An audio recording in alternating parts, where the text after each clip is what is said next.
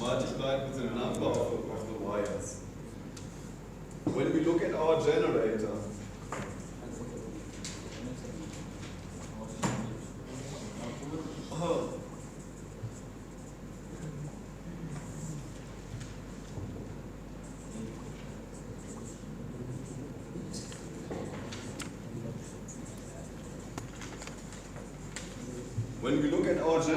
which of these values are constant?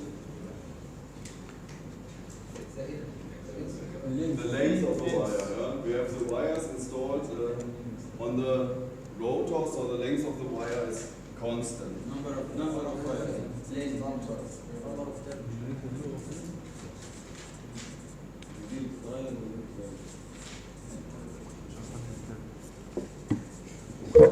So the length and the number of wires is constant. Yeah? Nobody of you goes during operation to the generator and changes some wires, yeah? Hopefully.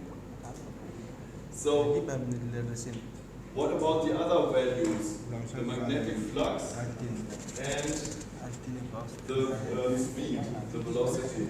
They are variable, yeah? Or not constant.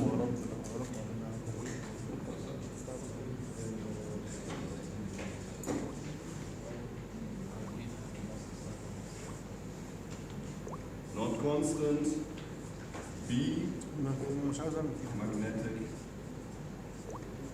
flux, and speed.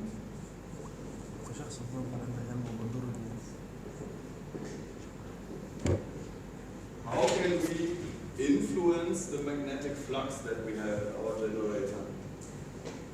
By increasing the current. The current where? The excitation current, where is this excitation current? Stator? So increase the excitation current or decrease. Excitation current up or down. Yeah, that's how we can influence it. How can we influence the speed of our generator shaft?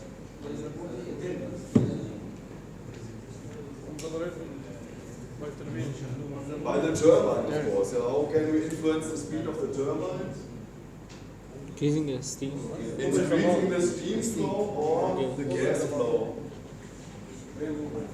Mass flow of steam, mass flow of gas, yeah, depending on what turbine you have. Yeah? If you have the steam turbine or the gas turbine. Yeah? So in the steam turbine you increase the mass flow of steam, and in the gas turbine you increase the mass flow of gas.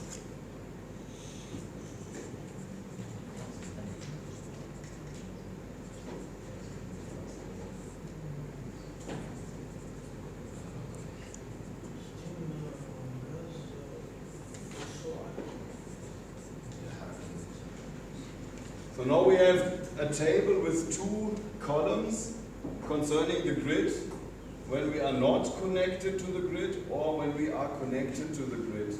There are different values that change when we influence the magnetic flux and the speed, when we are connected to the grid or when we are not connected to the grid.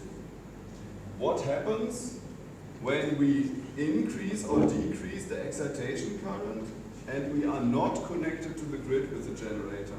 Which value changes? Q? No, not the Q. We are not connected to the grid. The Q only changes when we are connected to the grid. The voltage. The voltage on the generator bus bar. So when we are not connected to the grid, that is this column, and we change the excitation current, we have to do this when we want to synchronize with the grid.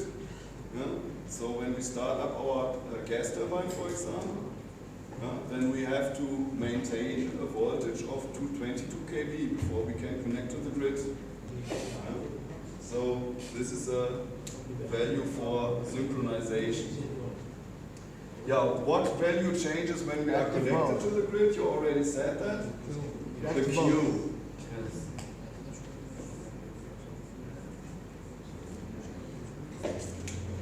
We had that already when we were talking about the tap changer. Then we said, okay, the voltage drops on the generator bus bar, and the generator increases the excitation current, and therefore we have more Q. So when we are not connected to the grid, the voltage on the generator bus bar changes, and when we are connected to the grid, then the reactive power on the generator bus bar changes. What about the speed? When we increase the steam flow at our steam turbine, which value changes when we are not connected? The frequency. And active power. So that are the screws, let's say you have for changing at your generator, when you change the steam flow or gas flow which is going into the turbine, then you can influence the frequency when you are not connected and the active power output when you are connected to the grid. And when you change the magnetic flux by changing the excitation current, you change the voltage on the generator bus bar, respectively the reactive power output. It's always a thing that is important. Are you connected to the grid or are you not connected to the grid?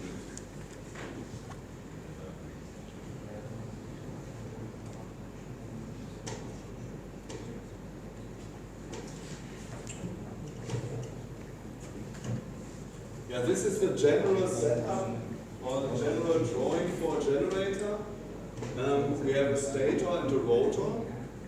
The stator is the gray thing here, which is also made of an iron core, just like in a transformer. In the middle we have a rotor, which is turning around, and here it is drawn like a permanent magnet with north and south pole. But as we just saw before, we can influence the magnetic flux between the rotor and the stator, so our rotor is no permanent magnet. So we can change the magnetic flux by changing the excitation current, but also we have a north and south pole, even if we change the excitation current. So what do we have here? When we have a magnet on the inside, then we have a magnetic field, which develops like this. And because the rotor is rotating, also the magnetic field is rotating. And so we have a rotating magnetic field on the inside. And on the outside we have windings. Here you see some. They go just all around the circle. Cables, windings, which are inside of the stator. And in these windings there's a voltage induced by the rotating magnetic field. And these windings are of course not all connected to each other. We have to connect these windings which are inside the stator so that we get the three phases. So only a part of the winding is connected, the windings is connected to each other. Yes, phase shift 120 degrees. That comes from this arrangement, because the windings are 120 degrees shifted to each other. That means we have a phase shift of 120 degrees. We've got a rotating magnetic field. And let's say in this position, okay, the north pole goes by this winding, but the south pole is at this winding. So it's a phase shift of 120 degrees. We already had that a little bit yesterday in the morning during the basics. And you can also see those two lines here going away. That are the lines for the excitation current. The excitation current is a direct current. So, brake. Well, function principle of a generator, rotating magnetic field from the rotor, and this rotating magnetic field induces a voltage into the three stator windings, which is also then a sinus curve for each phase.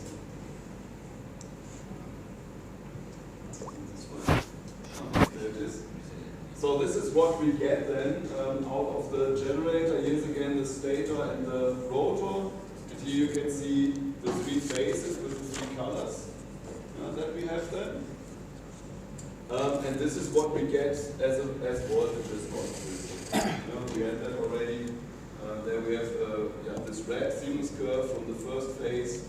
Then the second one is 120 degrees shifted from line 2, and the line 3 is 240 degrees shifted. And this phase shift always the same, 120 degrees. Yeah, this, I don't know, it's not so important for you, but it's just in one sentence, maybe it's interesting, and you also might know this already. This is a rotor with one pole pair. One pole pair means one north and one south pole. Two poles, one pole pair. How fast does this rotor have to rotate to get 3,000? We had that already. Yeah, 3,000 rotations per minute. But sometimes, especially one example that I know is from hydroelectric power plants. They have those wheels, those big wheels where the water is flowing through, turning this wheel. So this wheel has a very big diameter, and so also it's called what? Selling. Okay. When it is turning, it has a very big diameter, and so also the shaft of the generator, which is connected, has a very big diameter, and you cannot rotate a generator with a very big rotor with 3,000 rotations per minute. So you do another thing. You can do this if you like. You can install more than one pole pair on the rotor. So you can have two pole pairs, which means you have 2 south and 2 north poles. How fast must this rotor rotate to get 1,500 rotations per minute? So it's the relationship with the pole pairs. You divide the original 3,000 rotations per minute by the number of pole pairs. And then you get the speed that this rotor has to rotate, which of course also depends on the frequency you want to get. We already talked about the 50 and 60 hertz. We have 50 hertz. We have the right frequency. We have the right and perfect frequency. The crazy Japanese and the crazy Americans have other frequencies, with 60 hertz. So when you have a grid with 60 hertz, then you have to divide 3,600 rotations per minute by the number of pole pairs to get this. And all the generator manufacturers, they have to manufacture the generators, especially for the different grids. So there are special generators for the 50 hertz grids and for the 60 hertz grids, and of course also the turbines. The turbines have to be made for the turning speed, 3,000 or 3,600 rotations per minute. So this would be a generator with 2 pole pairs, which can rotate with 1,500 rotations per minute to get the 50 hertz frequency in the grid. Because then every pole passes the winding 2 times per rotation. So one rotation means the north pole passes by the windings 2 times, because we have 2 north poles. And that's why we only have to rotate with 1,500 rotations. A typical rotation for hydroelectric plants is 500 rotations per minute. So that's quite slow. How many pole pairs do we need when we have 500 rotations per minute? 6. Because it's the factor between 500 and 3,000. So this hydroelectric generator would need 6 pole pairs to get the 50 hertz in the end with 500 rotations per minute. Here's a little table of this. Here you can see the equation, how we can calculate this. And here's a little table with the frequencies and the rotations per minute. Here's the number of pole pairs. Here's the rotations per minute for 50 hertz, here for 60 hertz. Can you imagine what this frequency is, 16 to 30 hertz? Do you have such a frequency in Egypt? No. In some kind of grid? This is the frequency of the German railway grid. We have got a special railway grid for the trains, for the locomotives of the trains, which has a frequency of 16 to 2/3 hertz.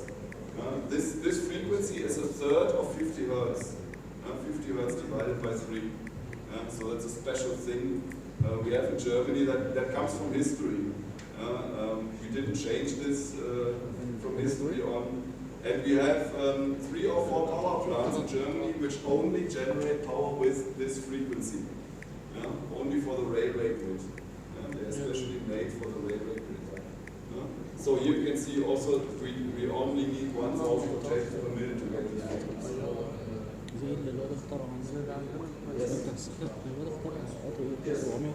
We have separate power plants for the railway grid, which only supply the railway grid with power. It's quite funny.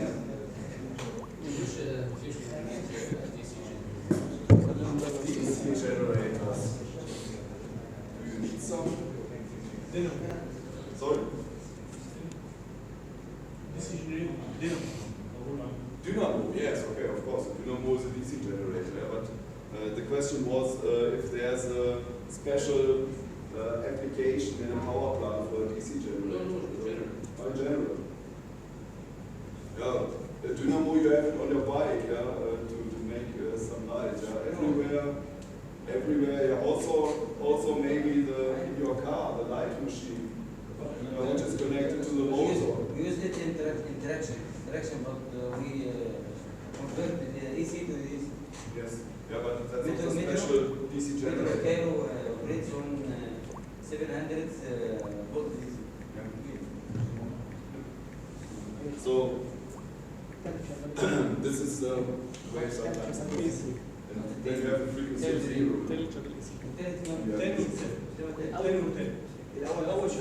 Picture, and this is the only picture that I have of your generator that you will get.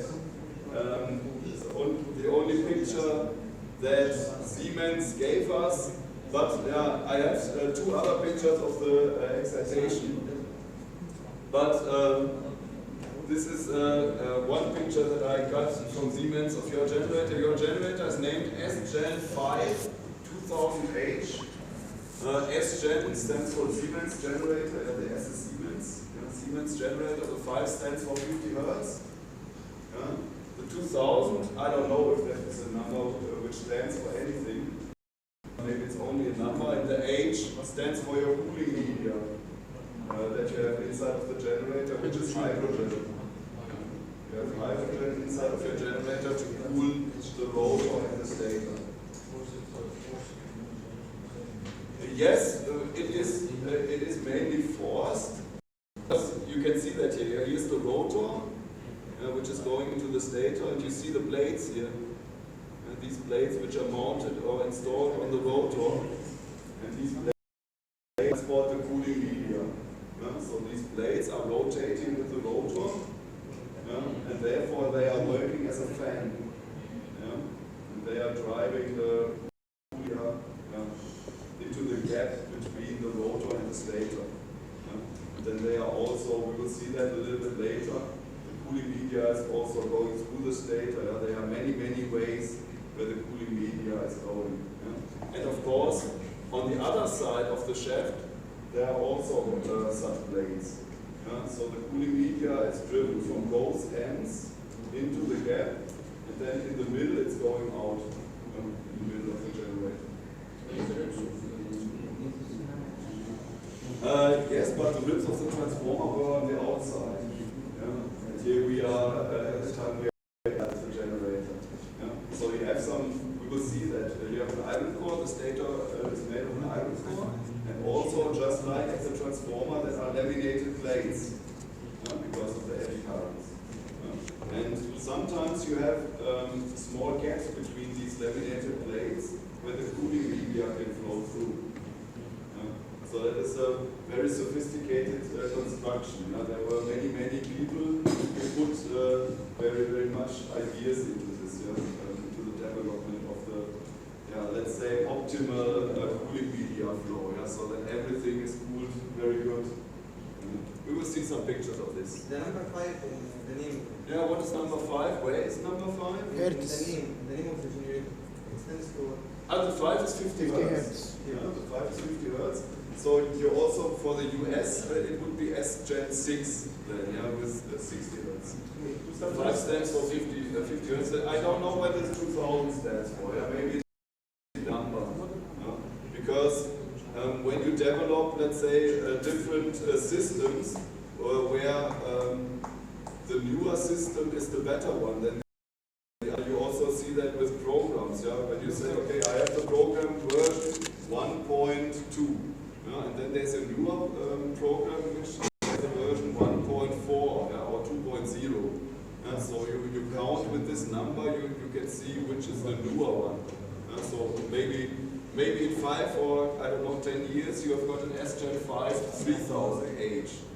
So that's then the newer one with hydrogen. Yeah, what else do we have here? Here's the shaft, of course, of the rotor, the shaft of the generator with the blades who drive the cooling media through the gap between the rotor and the stator. What else can we see here? The one. Excitation. The one is the excitation. Yeah? You can see some cables here coming out. So on this coupling here, there would be the excitation equipment installed on this coupling. That's the excitation side. And here are the cables to transport the excitation current into the rotor. Okay, what else do we have? Number 2, outer oil seal. For what do we need an oil seal? For cooling again. Yeah, one small task is cooling, but that's only a, let's say, Friction. the second. Yeah, friction has to do with cooling, because leakage, yes. So let me just do a summary. Yeah, it's of course for the cooling and for the bearing here, because you have a bearing here where the shaft is rotating into the in the bearing, and you have to put oil between the shaft and the bearing, of course, to have low friction, because otherwise the bearing would get damaged. That's the first task of this oil, to be between the shaft and the bearing. The second task is cooling, because despite you have oil in the bearing, you have friction. You lower the friction, but you have friction, and friction means heat when you have friction. So this oil also puts the heat, the friction away. But there are 2 other tasks which are a little bit more important, and that was the word leakage. What kind of leakage do you mean? Hydrogen No, it's not a leakage of Hydrogen oil. leakage. Hydrogen. We have hydrogen inside of our generator, and we have to prevent the hydrogen from coming out of the generator. Yeah, that would be very bad, because when you mix hydrogen and oxygen from the atmosphere, then it gets burnable. Yeah? Hydrogen is burnable at a purity from 4 to 75%. So when you have a mixture of hydrogen and air, then when you have 4% hydrogen up to 75% hydrogen, then it's burnable, this mixture. What about CO2C? Sorry? CO2C. CO2 seal. Yeah, you could, I think this would be not, I think you take oil because you always need oil for the bearing. Yeah, you cannot, let's say, do the bearing with CO2, of course. Yeah? And you say you have oil, and then I take this oil also as a seal because I have it. And also, I think when you take, let's say a gas as a seal, that would also be a little bit more problematic concerning leakages, because gases go out through leakages easier than a fluid does. I think that are the reasons. Yeah? And another thing is, we will come to that, we will speak about the seal oil system. You get a mixture of oil and hydrogen because they come together. Yeah? And you have to separate them again, yeah, before you put the oil back into the bearing. Yeah, you have to put the hydrogen out of the oil. Yeah, and I think this is also easier because when you have a tank with this oil-hydrogen mixture, then the hydrogen comes up because it's lighter than the oil. Yeah. So that's easier to separate than as if you had two gases. Okay, so that was the right, let's say, idea that we had. We have to prevent the hydrogen from coming out of the generator. That's why we use this oil as a seal to prevent the hydrogen from coming out of the generator. That is the third task. The fourth task is, on the outside of the generator we have air. We also have to prevent the air from going into the generator. That would also be bad. Yeah? So the hydrogen must not come out of the generator, and the air must not go into the generator, because then you have a mixture of air and hydrogen. Yeah? So this oil has many, many tasks, as you see here. Cooling, reduce the friction between shaft and bearing, prevent the air from going into the generator, and prevent the hydrogen from coming out of the generator. Yeah? This oil system is a circle. Yeah? It's not, the oil is not staying, of course, into that position, but it is a circle, yeah, where it's pumps, yeah, with pumps. Yeah, the oil is going around because when the oil is heated up, you need to cool it. Yeah? So you cool this oil down before it goes back into the bearing, and you have to get the hydrogen out of the oil before you put it back into the bearing. Yeah? So this is the seal oil system. The seal oil system is special for hydrogen-cooled generators. When you have smaller generators, you also could have air-cooled generator, where air is inside. Yeah? And there you don't need normally the seal oil system or such a special seal oil system, because this is not dangerous, yeah? When you have air inside. Yeah? Okay, that is the left side. What else do we have? Bearing or catcher, the shaft, the seals, the bearing. Number 7 is the bearing. A blower hub is the 8. Yeah, the 8 is the blower here for the hydrogen, yeah, with the blades, which are rotating with the shaft and pulling the hydrogen into the gap between the rotor and the stator. Number 9 is a blower shroud. This is this one here. What you see here with number 10. Number 10 is so-called omega cooler. Also, the hydrogen that is inside your generator has to be cooled, because it's a cooling media. Yeah? So it takes the heat just as in the transformer. Yeah? It takes the heat from the windings into the hydrogen, and you have to put this. You have to get this heat out of the hydrogen, and that is done by coolers. You can see this here, omega cooler. It is called omega cooler because it has the form of the Greek letter omega. So it's going around the shaft. It has this form, just like the unit of the resistance. Like this. And here's the shaft then.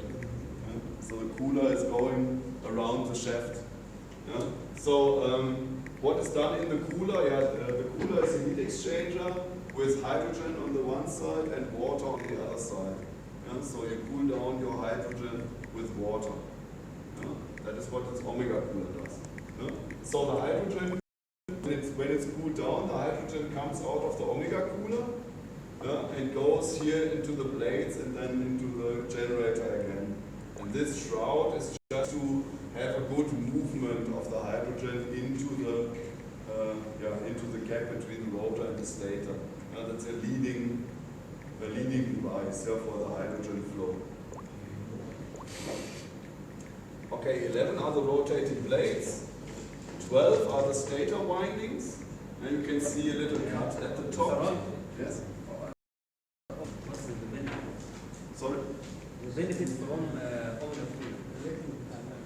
Yeah, what you can say is one benefit is that you have shorter ways, because some generator manufacturers put the coolers in the corners of the generator, and then you have to lead the hydrogen a little longer ways, as if you had this omega cooler, because when the omega cooler is going around, then you can lead the hydrogen from everywhere to this omega cooler.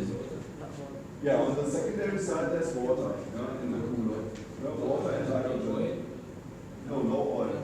This omega cooler is only to cool down the hydrogen.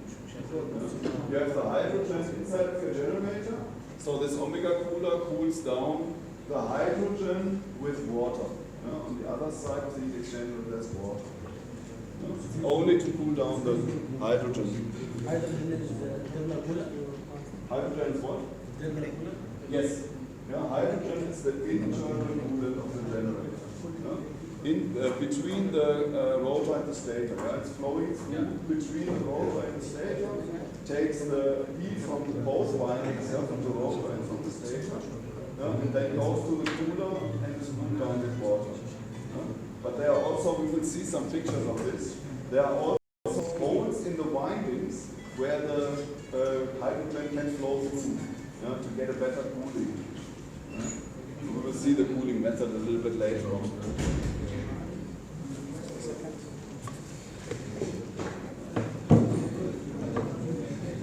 Okay, here at the top, number 12.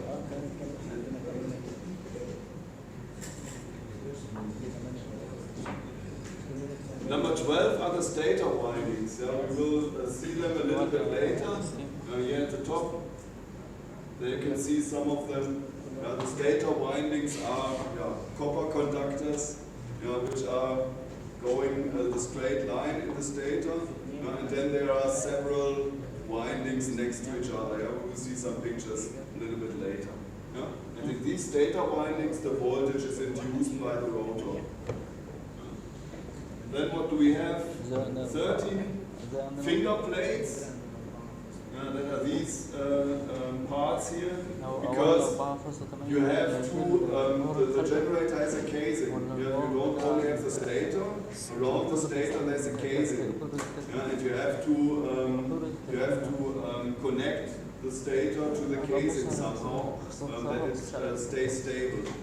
And that are these finger plates, and number 15 I think are springs. Patented core spring mounted system. That means that the connection from the stator to the casing of the generator is done with springs. That's because of vibrations. Because you have vibrations inside of the generator, and otherwise the whole casing would vibrate with the generator. So you have a connection with springs, which compensate the vibrations. Make a number. Make us a number. 15. Yeah, you can see this. You can't see the springs here because they are inside of this casing. The springs are between the casing of the generator, so from the outside, and the stator. The stator is also vibrating. Because otherwise, Room 13 again? Yeah, 13 is also a connection. Between the and the casing. That's also this. That's only this plate here. No, this is the stator. You cannot see the casing here on the right side. You see the casing is here, and this casing is cut. So this belongs to the stator. All what you can see here belongs to the stator. And here's a spring which connects you to the casing that you don't see anymore in the picture. So this whole thing here belongs to the stator. The endings of the windings, these red things here, that are the endings of the windings which are connected.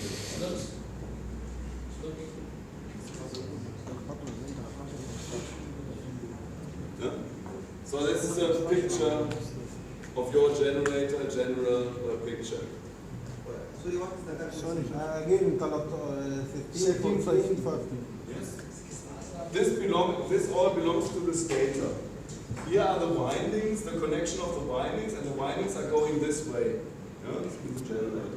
And this is the outside of the stator, because you cannot install the blank windings and connect them to the casing, because of course they are conductive, and you have to isolate them to the outside, and then you have, let's say, a stator casing here, which is connected to the installation of the windings.